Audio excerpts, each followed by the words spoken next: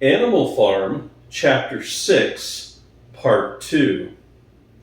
Every Monday, Mr. Whymper visited the farm as had been arranged. He was a sly-looking little man with long sideburns, a salesman in a very small way of business, but smart enough to have realized earlier than anyone else that Animal Farm would need a broker and that the commissions would be worth having. The animals watched his coming and going with a kind of dread, and avoided him as much as possible. Nevertheless, the sight of Napoleon on all fours, delivering orders to Mr. Whymper, who stood on two legs, roused their pride and partly reconciled them to the new arrangement. Their relations with the human race were now not quite the same as they had been before. The human beings did not hate Animal Farm any less now that it was prospering. Indeed, they hated it more than ever. Every human being held it as an article of faith that the farm would go bankrupt sooner or later, and, above all, that the windmill would be a failure. They would meet in the public houses and prove to one another by means of diagrams that the windmill was bound to fall down, or that if it did stand up, that it would never work. And yet, against their will, they had developed a certain respect for the efficiency with which the animals were managed in their own affairs. One symptom of this was that they had begun to call Animal Farm by its proper name, and ceased to pretend that it was called the Manor Farm. They had also dropped their championship of Jones, who had given up any hope of getting his farm back and gone to live in another part of the country. Except through Mr. Whymper, there was as yet no contact between Animal Farm and the outside world. But there were constant rumors that Napoleon was about to enter into a definite business agreement either with Mr. Pilkington of Foxwood or with Mr. Frederick of Pinchfield. But never, it was noticed, with both simultaneously.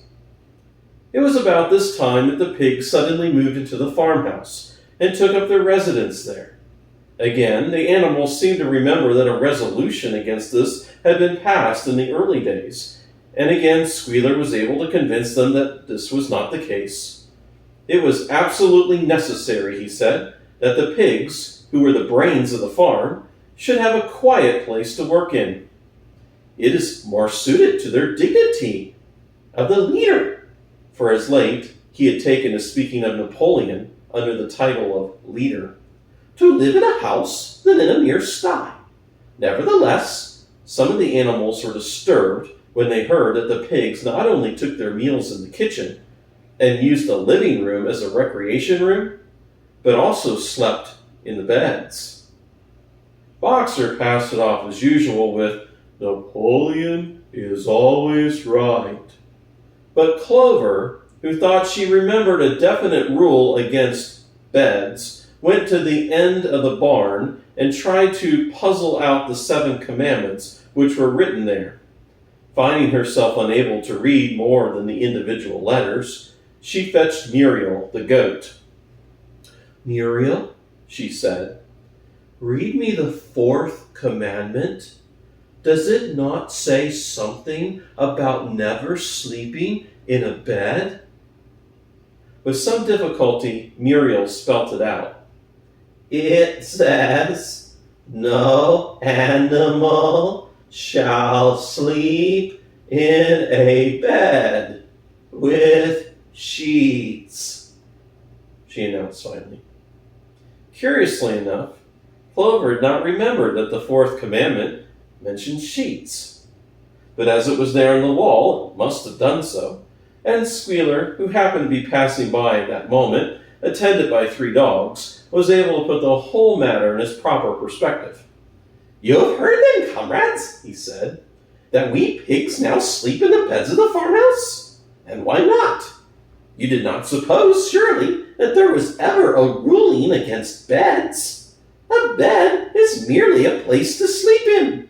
A pile of straw in a stall is a bed, properly regarded. The rule was against sheets, which are a human invention.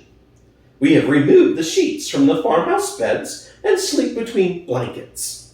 And very comfortable beds they are, too, but not more comfortable than we need. I can tell you, comrades, with all the brain work that we have to do nowadays, you would not rob us of our repose, would you, comrades? You would not have us too tired to carry out our duties. Surely none of you wishes to see Jones back."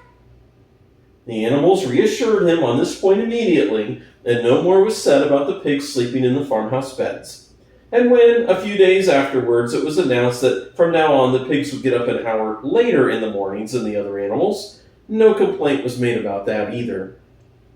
By the autumn, the animals were tired but happy. They had had a hard year, and after the sale of part of the hay and corn, the stores of food for the winter were none too plentiful. But the windmill made up for everything. It was almost half built now. After the harvest, there was a stretch of clear, dry weather, and the animals worked harder than ever, thinking it well worth the while to plod to and fro all day with blocks of stone, if by doing so they could raise the walls another foot. Boxer would even come out at nights and work for an hour or two on his own by the light of the full moon. In their spare moments, the animals would walk round and round the half-finished windmill, admiring the strength and perpendicularity of its walls, and marveling that they should have ever been able to build anything so impressive. Only old Benjamin refused to grow enthusiastic about the windmill, though, as usual, he would utter nothing beyond the cryptic remark that donkeys live a long time. November came, with raging southwest winds. Building had to stop because it was now too wet to mix the cement. Finally, there came a night when the wind was so violent that the farm buildings rocked on their foundations and several roof tiles were blown off the barn. The hens woke up squawking with terror because they had all dreamed simultaneously of hearing a gun go off in the distance. In the morning, the animals came out of their stalls to find that the flagpole had been blown down and that an elm tree at the foot of the orchard had been plucked up like a radish.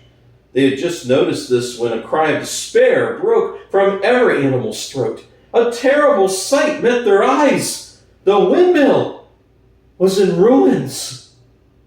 With one accord, they raced down to the spot. Napoleon, who seldom moved out of a walk, raced ahead of them all. Yes, there it lay, the fruit of all their struggles, leveled to its foundations. The stones that they had broken and carried so laboriously were scattered all around. Unable at first to speak, they stood gazing mournfully at the pile of fallen stone.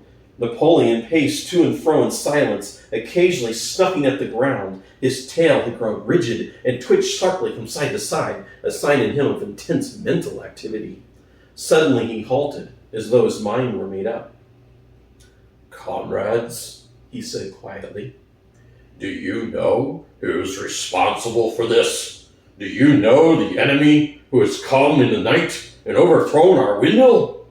Snowball!" He suddenly roared in a voice of thunder. "Snowball has done this thing in sheer malignity, thinking to set back our plans and avenge himself for his ignominious expulsion.